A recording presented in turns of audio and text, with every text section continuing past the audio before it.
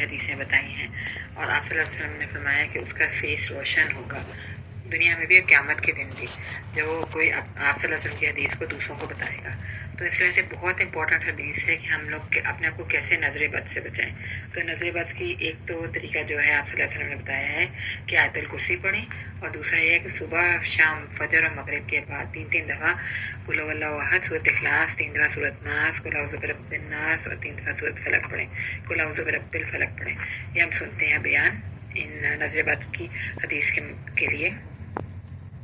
چمڑتا ہے نہ ہی دین سال پہ آگے بڑھتا ہے۔ کہہ دیا نا اللہ کو صبح شام، تو 3 نمازوں میں آیت الکرسی، اخلاص، فلق، ناس، ظہر، عصر، عشاء، اس میں ایک بار، 2 نمازوں میں فجر اور مغرب کے بعد 3 بار پڑھ کے اپنے ختم کیا۔ گھر سے نکلنے کی دعا اب نظر لگ گئی ہے، اب اتنی بہتی بیویاں بیٹھی ہوئی ہیں، اب اس کو نظر لگ، اب اس کو کیسے پتا چلے گا اس کا توڑ کیسے ہے؟ ایک صحابی ہے سہل بن حنیف رضی اللہ تعالیٰ، وہ ایک جگہ غسل فرما رہے ہیں، ایک صحابی گزرتے ہیں عامر بن ربیعہ، وہ جیسے گزر کے گئے وہ صحابی پانی میں تڑپتے پانی میں گر گئے۔ ان کا بیٹا بھاگا گیا رسول اللہ صلی اللہ علیہ وسلم کے پاس، یا رسول اللہ صلی اللہ علیہ وسلم میرے اچانک والد بالکل ٹھیک ٹھاک تھے، تو اچانک ان کو یہ مسئلہ ہو گیا ہے۔ آپ نے فرمایا تیری دانستان میں کون آیا تھا ادھر؟ عرض کی یا رسول اللہ صلی اللہ علیہ وسلم عامر بن ربیعہ آئے تھے، آپ نے عامر بن ربیعہ کو بلایا، آپ نے اس کو ڈانٹا، آپ نے فرمایا کیوں بھائی کو قتل کرتے ہو، کیوں بھائی کو قتل کرتے ہو، کیوں تم نے اس کو برکت کی دعا کی، کیوں نہیں کہا اللہ مبارک علیہ، کیوں نہیں پڑھا تم نے اس پر ماشاء اللہ؟ لفظ اس نے کیا کہے تھے؟ ایسا۔ اس کا مطلب ہے کہ جب بھی آپ کسی بھی پسندیدہ چیز کو دیکھیں، اپنے بہن بھائیوں کی یا کسی بھی دوست رشتہ دار کی اچھی چیز کو دیکھیں تو ہمیشہ پڑھیں ماشاء اللہ لا قوت الا باللہ، اللہ مبارک فیہ ولا تضرہ، ہمیشہ ہی پڑھیں تاکہ اس کو نظر نہ لگے۔ پھر آپ صلی اللہ علیہ وسلم نے اس کا علاج بھی بتایا کہ اگر کسی کو نظر لگی ہو تو کیا کریں۔ تو اس کا علاج یہ ہے کہ جس شخص نے نظر لگائی ہوتی ہے اسی کو کہتے ہیں کہ غسل کرو، اور اس کے غسل میں جو پانی وہ استعمال کرتے ہیں وہ سنبھال کے رکھتے ہیں، اور وہ جو پانی ہے جو اس کے غسل والا ہے تو اس پانی سے جس بندے کو بھی نظر لگی ہو، جس بچے کو یا بڑے کو جس کو بھی نظر لگی ہو، تو اسے کہتے ہیں اس غسل والے پانی سے، جس آدمی نے نظر لگائی ہے اس کے غسل والے پانی سے نہا لو، تو اس طرح بھی نظر اتر جاتی ہے، بری نظر اتر جاتی ہے۔ 7 پردوں میں چھپی ہوئی دوشیزہ کا ایسا جسم نہیں ہوتا جتنا جیسا تیرا خوبصورت ہے۔ یہ لفظ کہے وہ تڑپنا شروع ہو گیا۔ اب اس کا توڑ نبی صلی اللہ علیہ وسلم نے اس کو ڈانٹا، اس کو آپ نے فرمایا دے اس کو اپنا پانی، غسل اور وضو کا پانی، یہ طریقہ ہے پوری طور۔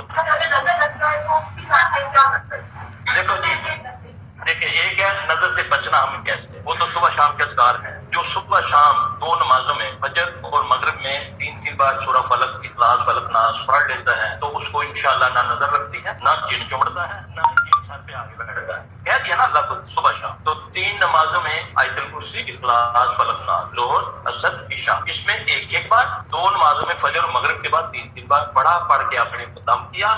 گھر سے نکلنے کی دعا اب نظر لگ گئی ہے، اب اتنی بہتی بیویاں بیٹھی ہوئی ہیں، اب اس کو نظر لگ، اب اس کو کیسے پتا چلے گا اس کا توڑ کیسے ہے؟ ایک صحابی ہے سہل بن حنیف رضی اللہ تعالیٰ، وہ ایک جگہ غسل فرما رہے ہیں، ایک صحابی گزرتے ہیں عامر بن ربیعہ، وہ جیسے گزر کے گئے وہ صحابی پانی میں تڑپتے پانی میں گر گئے۔ ان کا بیٹا بھاگا گیا رسول اللہ صلی اللہ علیہ وسلم کے پاس، یا رسول اللہ صلی اللہ علیہ وسلم میرے اچانک والد بالکل ٹھیک ٹھاک تھے، تو اچانک ان کو یہ مسئلہ ہو گیا ہے۔ آپ نے فرمایا تیری دانستان میں کون آیا تھا ادھر؟ عرض کی یا رسول اللہ صلی اللہ علیہ وسلم عامر بن ربیعہ آئے تھے، آپ نے عامر بن ربیعہ کو بلایا، آپ نے اس کو ڈانٹا، آپ نے فرمایا کیوں بھائی کو قتل کرتے ہو، کیوں بھائی کو قتل کرتے ہو، کیوں تم نے اس کو برکت کی دعا کی، کیوں نہیں کہا اللہ مبارک علیہ، کیوں نہیں پڑھا تم نے اس پر ماشاء اللہ؟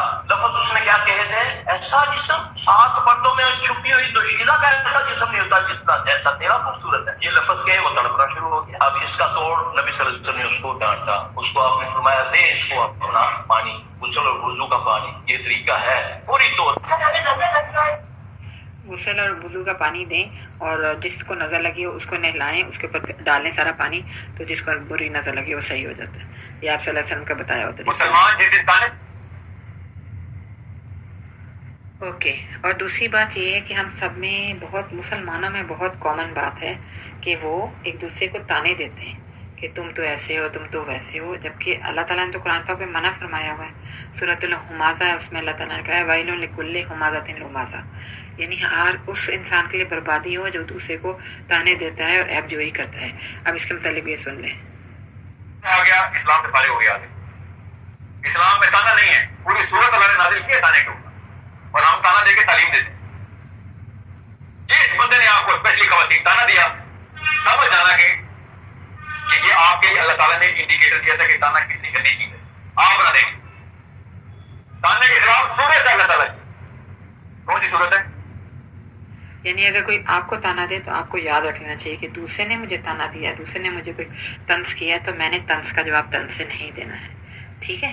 تو یہ جو سورۃ الہمازہ ہے تو اس لیے اللہ تعالیٰ نے اس میں صاف فرما دیا ہوا ہے کہ بربادی ہے اس کے لیے جو ایپ جوئی کرے اور دوسروں میں ایپ ڈھونڈے اور دوسروں کو تانا دے، اسے ہمیشہ یاد کر لیں، کیونکہ ہمارے تو سوسائٹی میں اب یہ بات کامن ہو گئی ہے کہ پیٹھ پیچھے برائی، اور اگر کسی میں کوئی برائی نظر آ رہی ہے تو سامنے اس کے منہ پہ اس کو کہہ دینا۔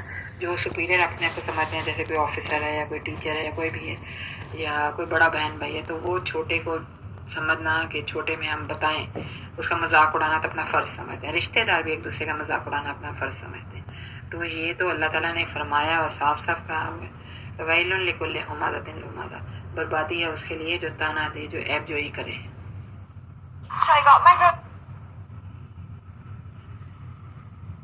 ایک ہدیہ دوں؟ اب ہم یہ دعا سنتے ہیں جس سے رزق میں اضافہ ہوتا ہے۔ دیکھو، زندگی بھر آپ 3 باتوں کا معمول بنا لو۔ میری اس بتائی ہوئی بات پر اگر آپ نے عمل کر لیا تو آپ کی قیامت تک کے آنے والی نسلوں میں انشاءاللہ دین داخل ہو جائے گا اور کوئی فقیر نہیں رہے۔ عمل کرو گے بھائی۔ نمبر 1، 313 مرتبہ سورہ اخلاص پڑھنے کی عادت ڈالو، 313 مرتبہ درود شریف پڑھنے کی عادت ڈالو، اور 313 مرتبہ استغفار پڑھنے کی عادت ڈالو۔ مزید اگر آپ 313 دفعہ نہیں پڑھ سکتے، آپ 100 دفعہ پڑھ لیں، 50 سے سٹارٹ کر لیں یا 10 یا 20 سے سٹارٹ کر لیں، لیکن کریں، روز اپنی عادت بنائیں۔ ہر نماز کے بعد 10 دفعہ پڑھ لیں۔ کیا پڑھ لیں؟ سورہ اخلاص، درود شریف اور استغفر اللہ، کیونکہ حضرت محمد صلی اللہ علیہ وسلم نے فرمایا تھا کہ اگر آپ چاہتے ہیں نا آپ کی ساری پریشانیاں دور ہو جائیں تو بس درود شریف پڑھو اور استغفر اللہ پڑھو، آپ کی ساری پریشانیاں دور ہو جائیں گی، آپ کے سارے مسئلے دور ہو جائیں گے۔ بچوں کو جاب نہیں مل رہی، بچوں کی ہیلتھ نہیں اچھی، بچوں کو نظر لگ گئی ہے، بچوں کی شادیاں نہیں ہو رہی، تو کیا اچھا رشتہ نہیں آ رہا، تو اس کا کیا علاج ہے؟ اس کا علاج استغفر اللہ پڑھنا ہے اور درود شریف پڑھنا ہے، ٹھیک ہے؟ کیونکہ آپ صلی اللہ علیہ وسلم کی ایک حدیث ہے، ایک صحابی نے آپ سے صلی اللہ علیہ وسلم سے پوچھا کہ یا رسول اللہ صلی اللہ علیہ وسلم، میری بہت پریشانی ہے، میرے گھر میں بہت غریب ہے، میں کیا کروں؟ تو آپ صلی اللہ علیہ وسلم نے فرمایا تھا کہ تم درود پڑھو۔ تو اس نے پھر ان کے صحابی رضی اللہ عنہ نے پوچھا کہ میں کتنا درود پڑھوں؟ میں آدھا درود پڑھ لوں، دن کے آدھا حصہ درود پڑھ لوں؟ تو آپ صلی اللہ علیہ وسلم نے فرمایا ہاں پڑھ لوں۔ پھر انہوں نے کہا کتنا اچھا ہو اگر میں اس سے زیادہ درود پڑھوں؟ تو پھر آپ صلی اللہ علیہ وسلم نے کہا ہاں پڑھ لو، اس طرح یہ ہوگا کہ تمہارے گھر کی غریبی جو ہے دور ہو جائے گی، پریشانی مصیبتیں دور ہو جائیں گی۔ تو پھر صحابی رضی اللہ عنہ نے فرمایا کہ پھر تو بس میں سارا دن ہی درود شریف پڑھوں گا تاکہ میرے گھر میں کوئی پریشانی نہ آئے۔ تو پھر آپ صلی اللہ علیہ وسلم نے فرمایا تھا کہ درود شریف پڑھنے سے اور استغفر اللہ پڑھنے سے مسلمانوں کی ساری مصیبتیں پریشانیاں دور ہو جاتی ہیں۔ اب یہ جو مولانا صاحب فرما رہے ہیں کہ 313 دفعہ پڑھو، تو آپ جتنی مرضی دفعہ پڑھ سکتے ہیں، کیونکہ کوئی نمبر فکس نہیں ہے۔ آپ صلی اللہ علیہ وسلم نے نمبر فکس نہیں کیا تھا، آپ صلی اللہ علیہ وسلم نے کچھ تسبیحات کا نمبر فکس کیا ہوا ہے، جیسے کہ سبحان اللہ و بحمدہ۔ آپ صلی اللہ علیہ وسلم نے فرمایا تھا جو 100 دفعہ صبح پڑھے گا اور 100 دفعہ شام کو پڑھے گا تو اس کو رزق میں بے انتہا اضافہ ہوگا، اس کے گناہ معاف ہوں گے، چاہے ان لمیٹڈ گناہ وہ معاف ہو جائیں گے، اور وہ جو بھی چاہتا ہے اس کی دعائیں اللہ تعالیٰ قبول فرمائے گا، اس کے گھر والوں کو مشکل نہیں ہوگی۔ یعنی کہ مفہوم یہ ہے۔ تو ہمیں سبحان اللہ و بحمدہ و سبحان اللہ العظیم و بحمدہ استغفر اللہ ضرور پڑھنا چاہیے۔ اگر ہم یہ اتنا لمبا نہیں پڑھ سکتے تو آپ صلی اللہ علیہ وسلم کا فرمان ہے کہ جو یہ چھوٹے سے لفظ ہیں سبحان اللہ و بحمدہ، صرف اتنا ہی پڑھ لیں گے 100 دفعہ صبح فجر کے بعد اور 100 دفعہ شام کو، عصر کے بعد یا مغرب کے بعد، تو اتنا بھی کافی ہے۔ اتنے سے بھی اللہ تعالیٰ بہت خوش ہوتا ہے، اللہ تعالیٰ چاہتا ہے کہ میری تعریف کرو، اس لیے سبحان اللہ و بحمدہ آپ ضرور پڑھیں۔ اس کے لیے آپ صلی اللہ علیہ وسلم نے فکس کیا تھا کہ 100 دفعہ پڑھ لو، اور اس طرح قل هو اللہ کے لیے بھی ہے کہ آپ 100 دفعہ قل هو اللہ پڑھ لو تو بہت اچھا ہے اگر آپ پڑھ سکتے ہو تو۔ اور اگر آپ 3 دفعہ قل هو اللہ پڑھ لو، قل هو اللہ احد یعنی سورہ اخلاص، تو اس کا ثواب کیا ہے؟ اس کا ثواب ایک قرآن پاک پڑھنے کے برابر ہے۔ صرف 3 دفعہ قل هو اللہ احد پڑھنے کا ثواب ایک قرآن پاک پڑھنے کے برابر ہے۔ ایک دفعہ سورہ اخلاص پڑھنے کا ثواب 1/3 قرآن پاک پڑھنے کے برابر ہے۔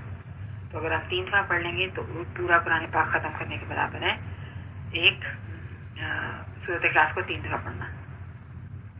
اس طرح استغفراللہ پڑھنے کے لیے بھی ہے کہ جو استغفار پڑھتا ہے، استغفراللہ کرتا ہے تو اس کے گناہ معاف ہو جاتے ہیں، ان لمیٹڈ گناہ معاف ہو جاتے ہیں، اور اللہ تعالیٰ اس کے رزق میں بے پناہ اضافہ فرماتا ہے۔ اسی طرح وہ ہے کہ کلمہ توحید پڑھیں، 10 دفعہ پڑھیں فجر کے بعد اور 10 دفعہ پڑھیں مغرب کے بعد، تو اللہ تعالیٰ آپ کے لیے بخشش فرماتا ہے آپ کے گناہوں کی، آپ کے رینکس اونچے کرتا ہے۔ درود شریف پڑھنے سے بھی یہ ہے کہ ایک دفعہ درود شریف پڑھتے ہیں تو آپ کے 10 رینکس زیادہ ہوتے ہیں، ہائی ہو جاتے ہیں، آپ کے 10 گناہ معاف ہو جاتے ہیں، آپ کو 10 نیکیاں ملتی ہیں صرف ایک دفعہ درود ابراہیم پڑھنے سے۔ تو اسی طرح کلمہ توحید 10 دفعہ پڑھنے سے، جو کہ کلمہ توحید کے ہیں 4 کلمہ لا الہ الا اللہ وحدہ لا شریک لہ لہ الملک و لہ الحمد وہو علی کل شیء قدیر۔ یہ آپ حج اور عمرے میں بھی پڑھتے ہیں، کلمہ توحید حج اور عمرے میں بھی پڑھتے ہیں۔ اس طرح تیسرا کلمہ جو ہے وہ بھی آپ حج اور عمرے میں پڑھتے ہیں، جو کہ اللہ تعالیٰ کو بہت پسند ہے۔ کیوں اللہ تعالیٰ کو پسند ہے؟ اس میں ہم اللہ تعالیٰ کی وحدانیت کا اقرار کر دیتے ہیں کہ اللہ تعالیٰ آپ ایک ہیں، آپ کے جیسا اور کوئی نہیں ہے۔ لا الہ الا اللہ وحدہ لا شریک لہ لہ الملک و لہ الحمد وہو علی کل شیء قدیر، اور آپ ہی ہر چیز پر قدرت رکھنے والے ہیں۔ اور تیسرا کلمہ کیا ہے؟ سبحان اللہ والحمد للہ ولا الہ الا اللہ واللہ اکبر ولا حول ولا قوۃ الا باللہ العلی العظیم۔